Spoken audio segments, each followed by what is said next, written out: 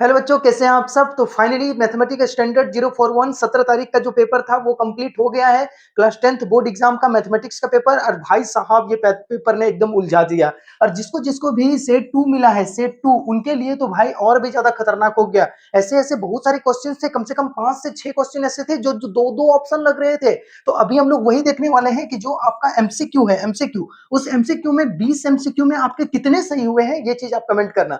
जो आप अपना पेपर निकाल लीजिए और देखिए कि आप वो 20 एमसीक्यू में कौन कौन से एमसीक्यू आपने सही टिक करा है। अभी हम लोग एक एक करके यहाँ पर कंप्लीट करेंगे।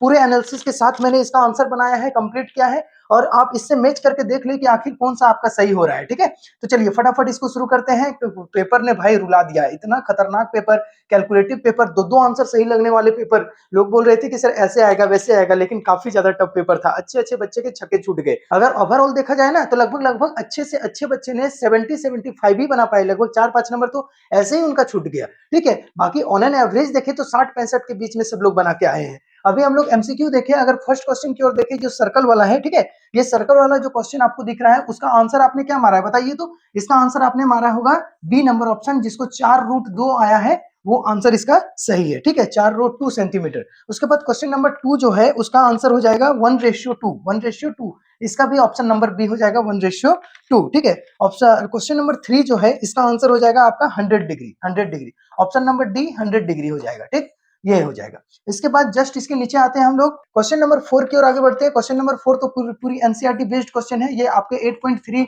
एक्सरसाइज में होगा ही, आइडेंटिटी में। ठीक है, और आपने पढ़ाई भी होगा कि ए नंबर इसका 10² ए जो है वो सही है ना। क्वेश्चन नंबर 5 की अगर आगे बढ़े तो ये वॉल्यूम निकालने बोल रहा था। ठीक है, और वॉल्यूम में क्वेश्चन नंबर 5 में इसका आंसर हो जाएगा 2πr3, यानी ऑप्शन नंबर ए 2πr3, ये हो जाएगा आंसर। ठीक है, क्वेश्चन नंबर 6 जो है, क्वेश्चन नंबर 6 की ओर आगे बढ़ते हैं फटाफट हम लोग। क्वेश्चन नंबर 6 की मैं यहाँ पे, ठीक है, एक बच्चे ने इसको भेजा है अच्छे तरीके से। तो इस क्वेश्चन नंबर 6 का आंसर ऑप्शन नंबर सी, यानी 1/4 बहुत लोग मारे हैं। कोई कोई तो बी भी मार के आगे बढ़ गए हैं। ठीक है, लेकिन आपका बहुत मैक्सिमम लोग सी ही मारे हैं, 1/4।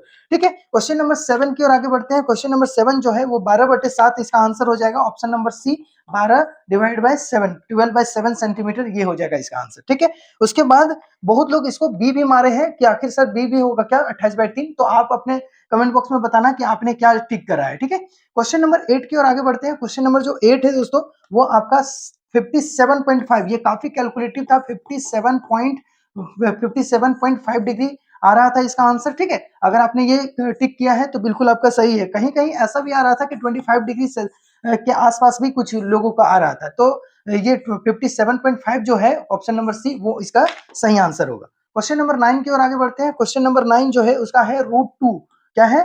√2। ठीक है, यहाँ पर जो ऑप्शन नंबर बी आपको देखने को मिल रहा है, ऑप्शन नंबर बी √2, वो हो गया इसका फाइनल आंसर। ठीक, अब चलिए क्वेश्चन नंबर 10 की ओर आगे बढ़ते हैं। क्वेश्चन नंबर 10 का जो आंसर होगा वो होगा विच इज नॉट ट्रू में जब आप देखेंगे तो आपका ऑप्शन नंबर सी देखने को मिलेगा, ए बराबर डी और सी बराबर जो एफ लिखा हुआ है, एंगल एफ, ये चीज इसके लिए सही नहीं होगा। ठीक, बहुत लोग इसको डी भी टिक किए हैं। आपने क्या टिक किया है कमेंट बॉक्स में कमेंट जरूर कीजिएगा।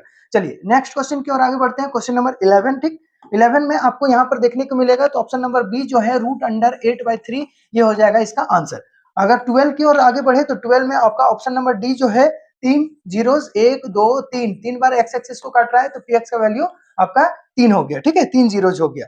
अब फिर क्वेश्चन नंबर 13 की ओर आगे बढ़े। मीन मीडियन मॉड वाला क्वेश्चन है कि मीन मीडियन का फ्रीक्वेंसी डिस्ट्रीब्यूशन आपका पूछ रहा है। तो क्वेश्चन नंबर 13 का जो ऑप्शन नंबर ए है 34, वो हो जाएगा इसका सही।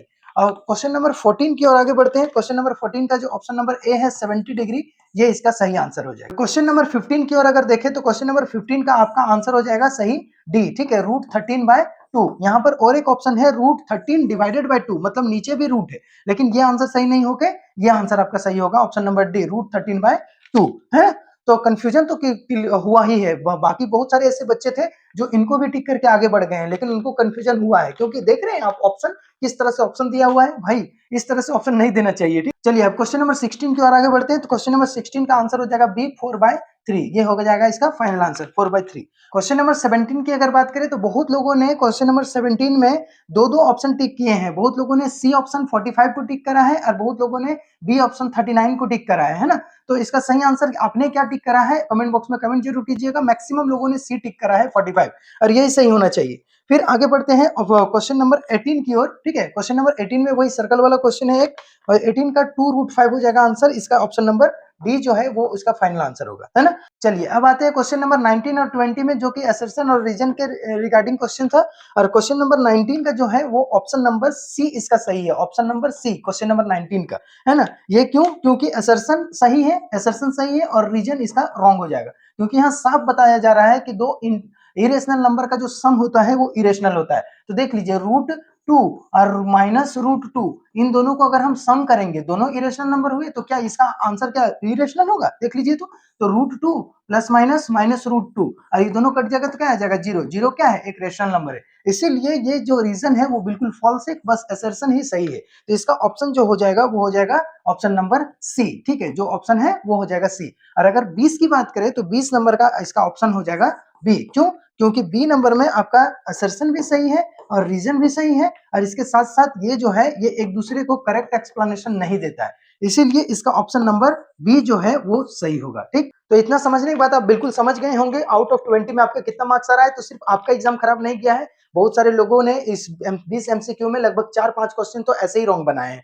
ठीक है, तो सबका हुआ है, तो हो सकता है एवरेज मार्क्स 1-2 मार्क्स आपको मिल जाए। ठीक, तो पीछे नहीं सोचना है, मैथमेटिक्स पार हो चुका है, बाकी आने वाले सारे एग्जामिनेशन के लिए पूरी तरह से तैयार होइए, और जितना हो सके बाकी के सब्जेक्ट में इसको मैनेज करने की कोशिश कीजिए, ताकि परसेंटेज अच्छा आ जाए। ठीक है, बाय बाय, टेक केयर, खुश रहिए, मस्त रहिए, आगे के एग्जाम के लिए पूरी तरह से लग जद्दोजहद पड़ जाइए। खुश रहिए, मस्त रहिए, टेक केयर।